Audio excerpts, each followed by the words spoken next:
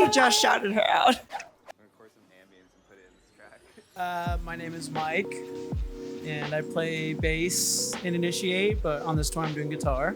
My name's Crystal, and I do vocals in Initiate. My name's Draven, and I play drums. And if you guys could give like a little description of just like y'all as a group, and if that helps, you can give 3 words that, you know, encapsulate y'all as a group together.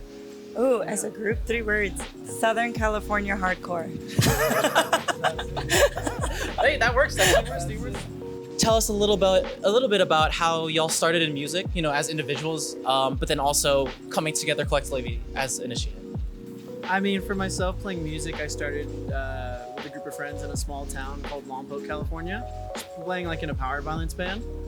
And then just playing music throughout the years, just networked and met friends, and eventually made friends with some former members of Initiate and Crystal, and then was asked to join in. So that's kind of how my start was. My start with music, I actually used to do YouTube interviews for hardcore and pop punk bands. And then like one day my friend, the old former guitarist of Initiate, tweeted like, oh, I want to start a band. And I had jokingly said, hey, let's start one. And I never thought that I would do the vocals. I fully wanted to learn an instrument and play an instrument in a band. And then we just kind of went towards like, no, we should do vocals. And that's how Initiate started, was a tweet. So, and then yeah, my involvement with music just kind of like gravitated. Like my cousin showed me Backcountry by Avenged Sevenfold when I was like 12. And that's just kind of how I started getting into hardcore from there. I just always loved music, and as I got older, I realized it was the only thing I was super interested in, and so I taught myself how to play everything, and then I started playing in bands when I was like 13, and now I'm here. Kind of going off here as the start of music, but nowadays, how do you guys find inspiration, you know, in either the work that you do or like the art that you create? Where or how do you find that inspiration from? Honestly, inspiration just kind of comes from anything. Like it could be just listening to a record that I haven't listened to in a while and just being like, oh wow, I really like what they did with like that vocal cadence, or I really like what they did in the background here. It kind of just draws from really anything.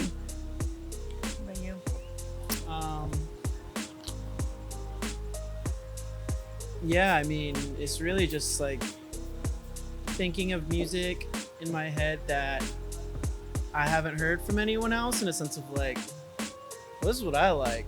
And sometimes I don't get that from every band I listen to. So it's like, how can I kind of incorporate that? But also just kind of like, I don't know, doing what I like pretty much. So I don't know. That's my answer. That one. Yeah. I think the most inspiring stuff to me is just like the way that some people share their outlook and like the ways that their perspective have been shaped by like their upbringing or their environment, like, and the unique different ways that people do it. Like some people get very detailed and nitty gritty with lyrics, and some people don't even do it through lyrics. They do it through soundscapes. And I don't know, just like as I've grown up, I've learned to appreciate every type of like expression in that way. So that's what's really inspiring to me. Definitely. I love asking that question to like different artists, just because everybody has, you know, different sources from their inspiration, but at the same time, it's always like connected in terms of just like life experience, just like everything, you know. So it's really cool just seeing how you guys, you know, push yourself as artists, but just like as people day to day.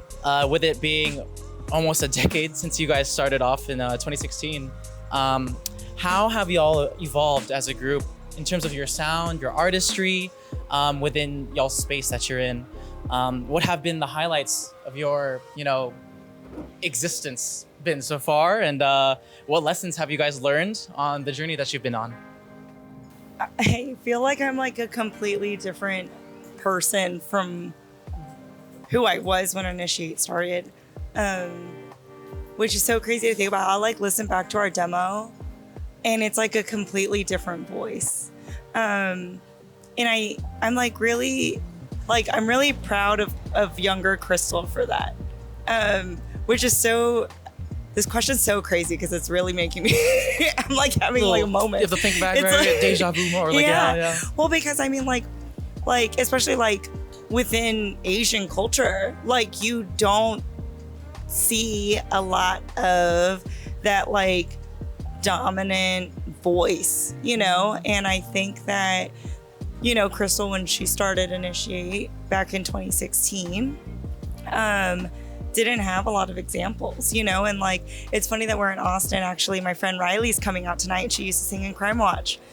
And oh my God, that is so crazy. I literally just shouted you out. We're doing like a little interview right now. Oh my God, sorry. You see? No, you're okay. See that camera right there? Oh, Literally just shouted her out.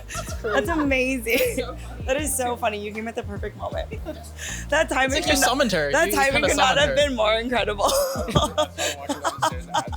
You're like, oh, I already shit. know she's watching Crime.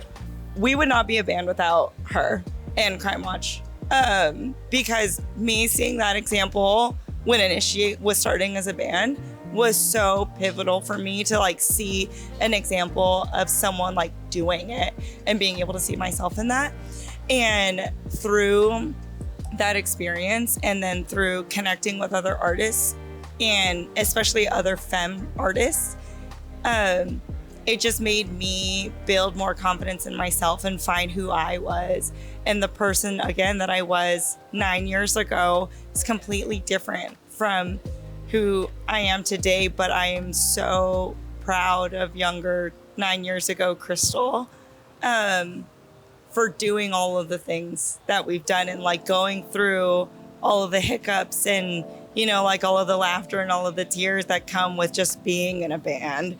It's like being in a relationship with 5 people at the same time. But it's been so fun, and I wouldn't trade any of these experiences for the world. Highlights, honestly, it is learning how to be a collaborative, like learning how to collaborate with my friends. And I think being a good friend is what being in a band has taught me in the last decade of Initiate.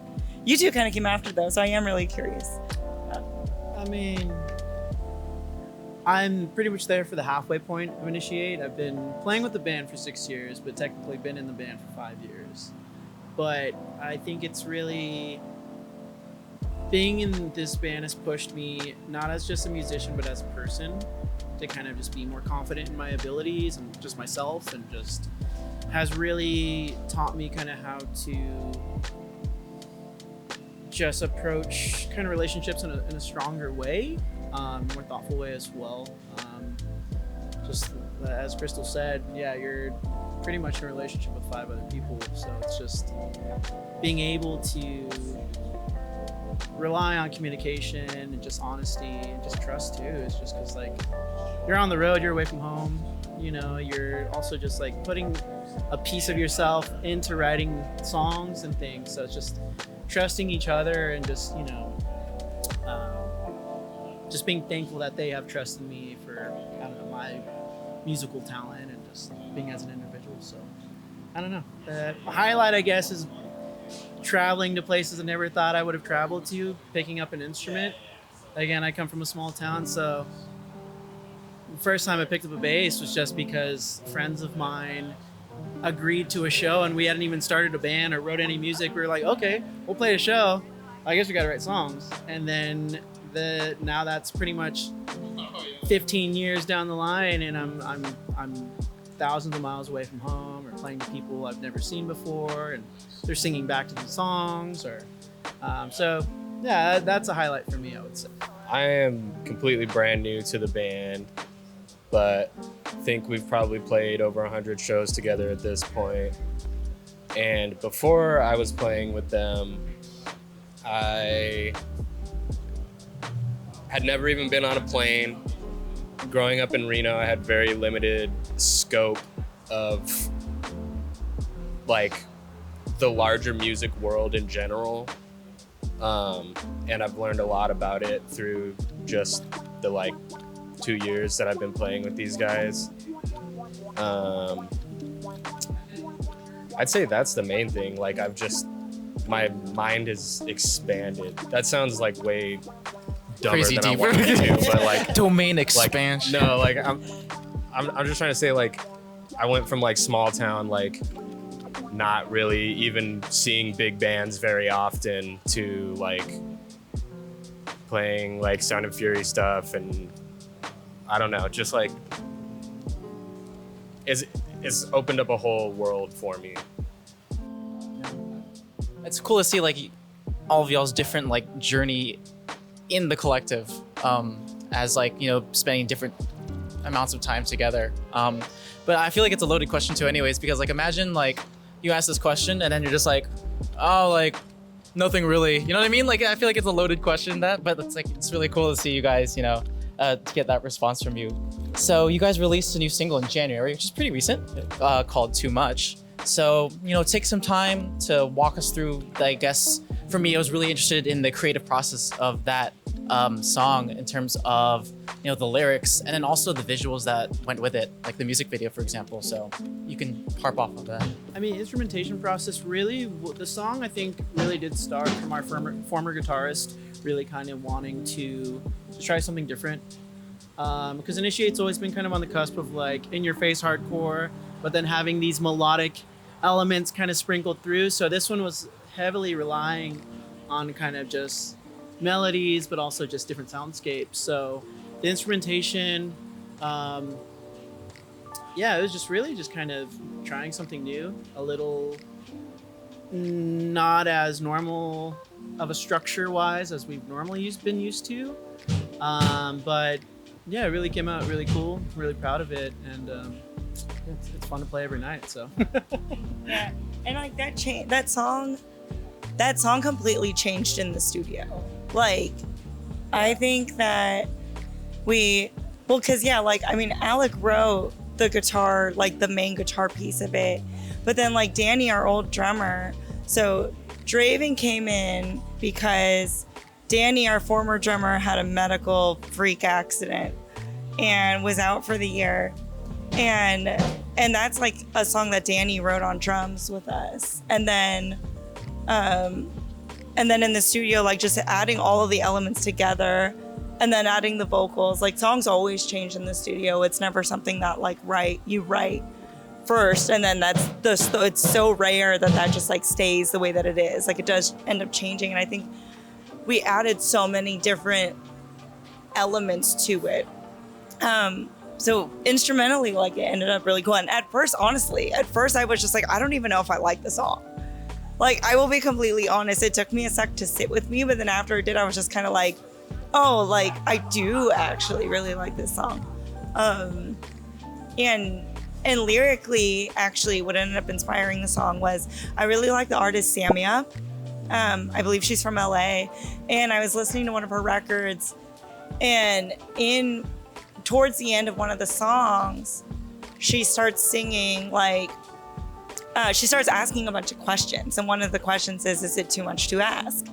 And as I was listening to that song, a lot of stuff was happening. Like it was around October 7th, which was October 7th, 2024, which is when, you know, things really started like showing up in the news about what was going on in Gaza. And that I took that question, just started making me think on my own, like, hey, like, that's a really good question, you know? And that song inspired me. That song coupled with what was going on in the Gaza Strip inspired me to write Too Much.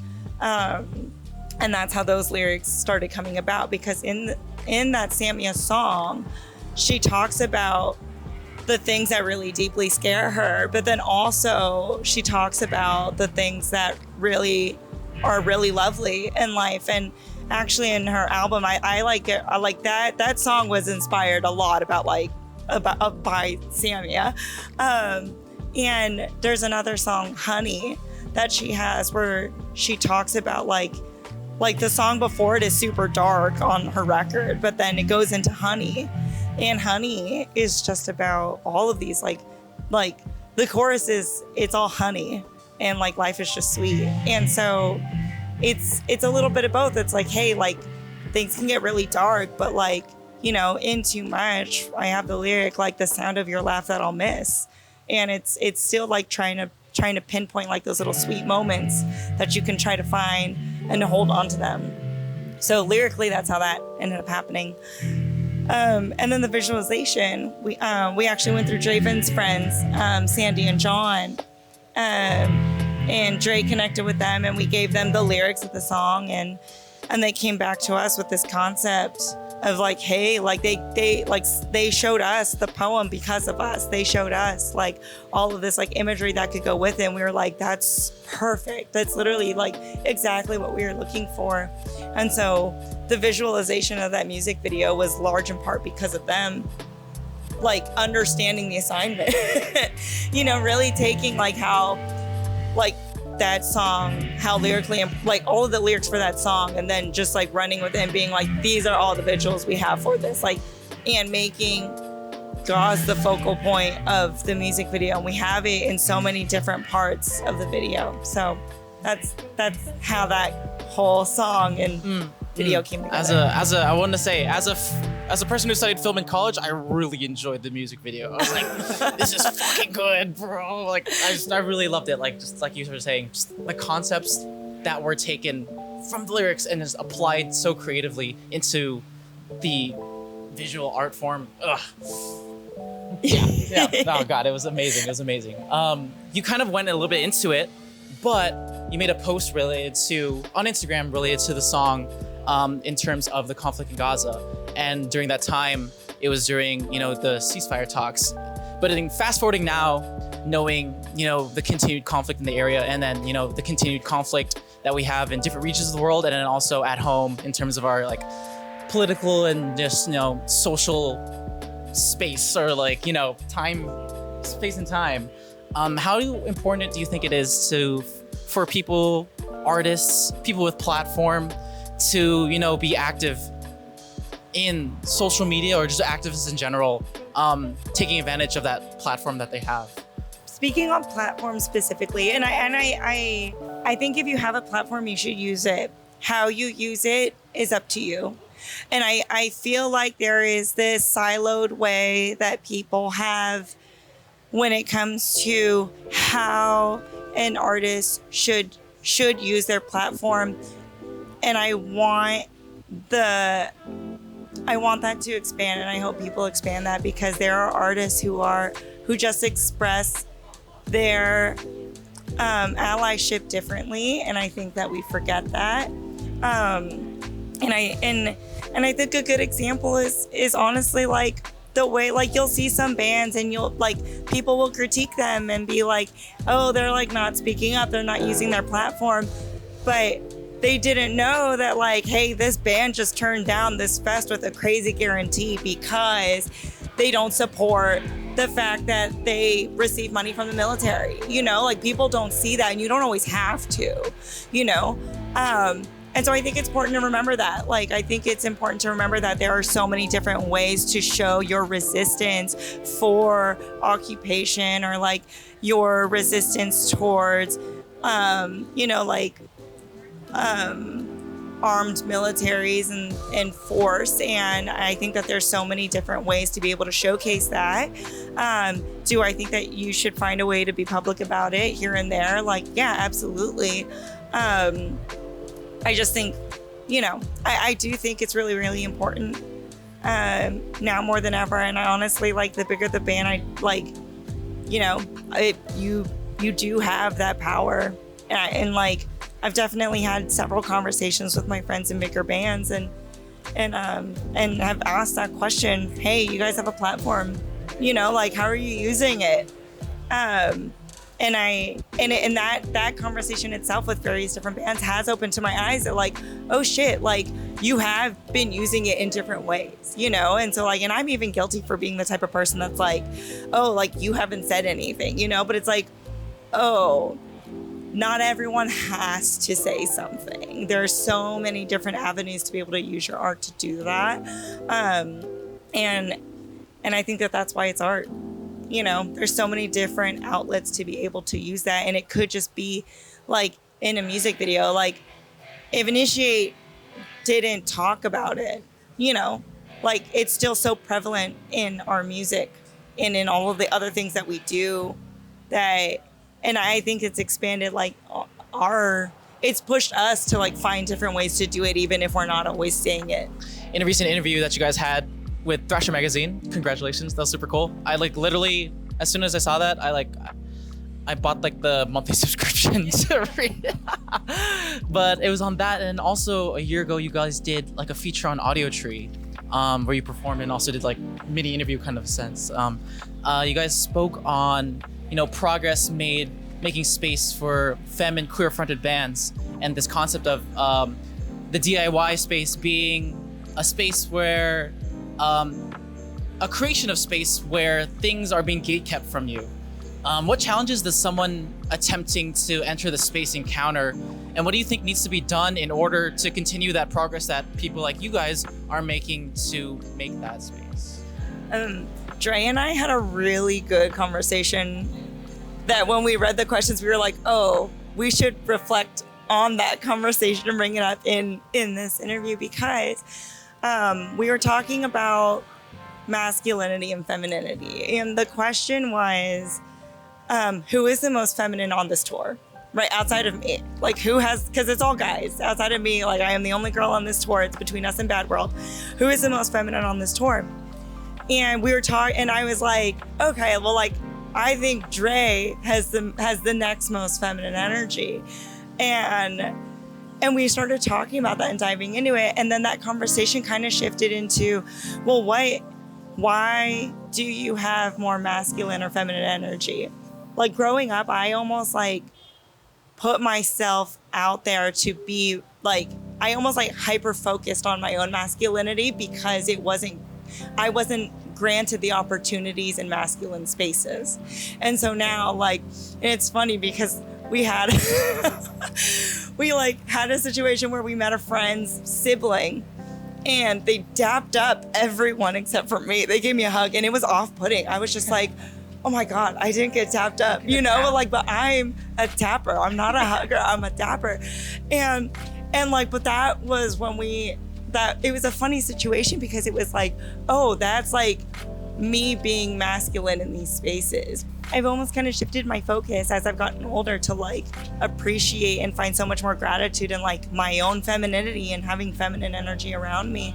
And that in itself, unlearning that as growing up, like focusing on my own, like how do I put myself in masculine spaces? I've lost touch with my femininity. So as I've gotten older, I've had my focus on how do I become more feminine? How do I relate to more women and femme people here when I've spent my whole life trying to be more masculine?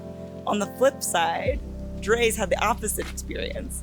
Dre's been more comfortable around more femme people. So how do you like find more common ground with more masculine energy in a space like this, in hardcore? How do you find more acceptance in these spaces? One, I think it's like having conversations like this where you do talk about like, oh, like these are like individual struggles. Then also too, I think it's really cool that like, Initiate has had the opportunity to like curate these spaces that do invite that. And we play in different, like we recognize the energy that we bring, and we're very intentional with the bands that we bring on tour if we have the option to, in the bands that we tour with, because it's like, well, what kind of audience does this bring? You know, like how do we like move things around a little bit so it's like, okay, like this audience has probably never seen us before.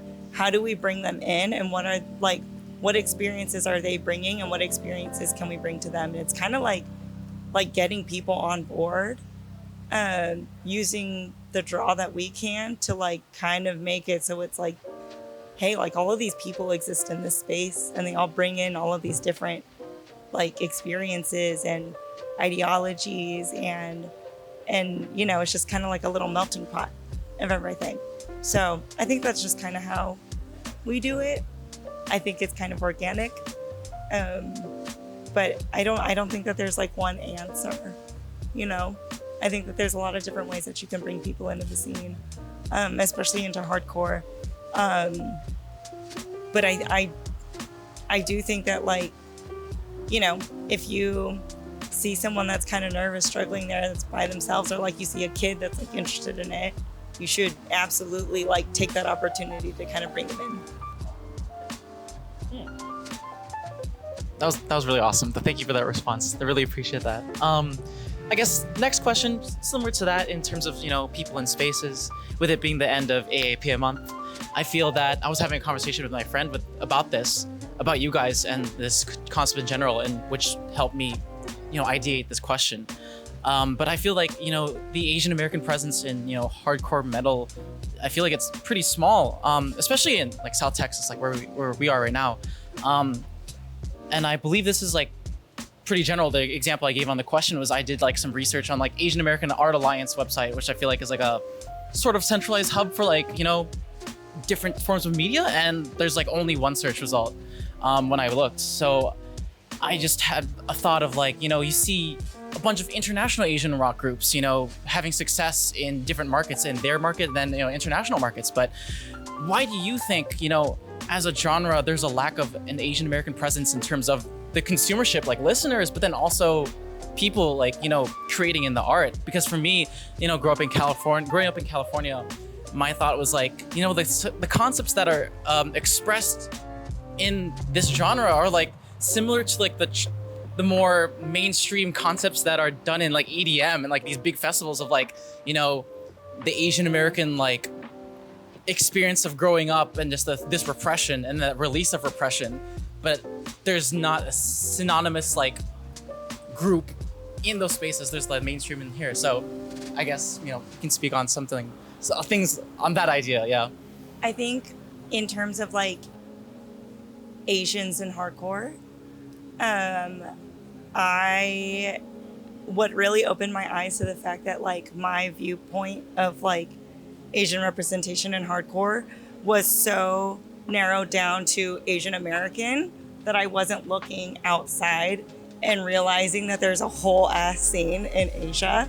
There's a whole ass scene in Australia. I mean, Speed's a perfect example. They're on tour with Whispers right now, who's from Japan, right? Is Whispers from? No, where's Whispers from?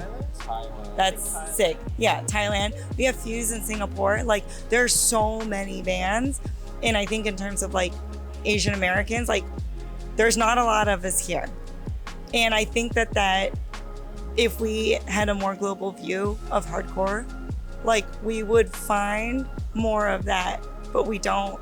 And it wasn't until, honestly, it was not until Speed that I even realized Australia had a scene outside of Parkway Drive. You know what I mean? Like I knew Parkway Drive, but like that was it. Like I didn't know. That's such a Western ideology to just like focus in on like America and patriotism and like it's just us. But there is so much more out there. If I'm missing the global thing, like what am I missing on the inside? You know? And like there's so many Asians like within the music scene, not even like just in bands, but like going. You know, and then we have like Caveman. We have who has an Asian guitar player. Yeah. And Slime up in the Northwest. So like it's just like there's just so many pockets and it's just you just got to look for them. Okay, these last two questions are a lighter note. So tonight is this end of this mini Texas tour, I guess you could call. What was y'all's favorite stop so far, and I guess favorite moment? I mean, last night at Paper Tiger was pretty fun. It was really, really, really hot in that venue, but I think we all had a great time. 2 shows got merged into one, so we all kind of had to strategize to like pick the best of all of our songs from our sets and kind of make a little more just a faster set in general. So you only have 20 minutes to kind of get out as much energy as you can. So for me, I felt I played a lot harder than I did on these other shows. So I always like having fun and playing really hard. So I would say San Antonio for me has been really cool. But so far, all of Texas, this whole Texas run has been just phenomenal. Just playing with Bad World every night. It's just been a great time because everyone's friends, and just like it's just been so funny too. Just the amount of jokes and just things. It's just been, yeah, it's been a great time. I don't know if I have like one specific show that like, cause like every show's been awesome, but I think what has been like the single-handedly making this tour amazing has been Bad World. Like Bad World is such a great group of people, and even though we've had some hiccups on this tour, like morale is never low because you're just surrounded by good people. So like nothing, I mean like everything could go wrong, but you just have such a good solid group of people that like you just know it's gonna be okay. Yeah, I think last night was my favorite, but we're actually playing one more show tomorrow as well, which I'm really looking forward to because it's been hyped up. That's in McAllen. And then last question, y'all guys are going to be going on a sort of summer tour in Europe. What are you guys excited for that in terms of the shows, and do you guys have plans to do any like touristy stuff out there? We do have touristy time. We're gonna spend some time in Venice because we all decided to take a day in Venice. Show-wise, honestly, I'm so looking forward to our upcoming shows with Stick to Your Guns. That's been a band that we've been friends with for a while, and like they're always just so great to be with. We went on a run with them a couple years ago. They're huge in Europe, and so it's just gonna be a great time. My first time going to Italy, so that's pretty cool. But yeah, just playing the larger shows with Stick to Your Guns, something I'm really looking forward to. Especially just because Europeans kind of bring a different type of energy than America. So getting to see the dedicated fans go crazy for Stick to Your Guns, Terror, and then hopefully, we're trying to snag some along the way, so I'm really looking forward to that. But we're also going to play with Earth Crisis, which is kind of crazy because they're such a large staple of a hardcore band, at least within the history. So that'll be really cool. But yeah, I mean, otherwise, being in a different country with your friends is always it's something new every day. I'm excited to go to a couple new places, and I'm excited to have basically my little brother with us. His name's Manning. It's gonna be his first time in Europe, so I'm just glad to share that experience with him. That's the main thing I'm looking forward to. I mean, that concludes our interview, but if there's anything like you guys want to share in terms of like future releases, anybody want to shout out things like that, we can do that right now, and that's gonna be it though. Yeah. Shout out the 805, shout out Reno, shout out Wisecrack, shout out Tirana, shout out Pale Green Stars, shout out Hunter, Huntington. I mean, we're busy for the rest of the year. So, and a lot of that has not been announced yet. So keep your eyes out.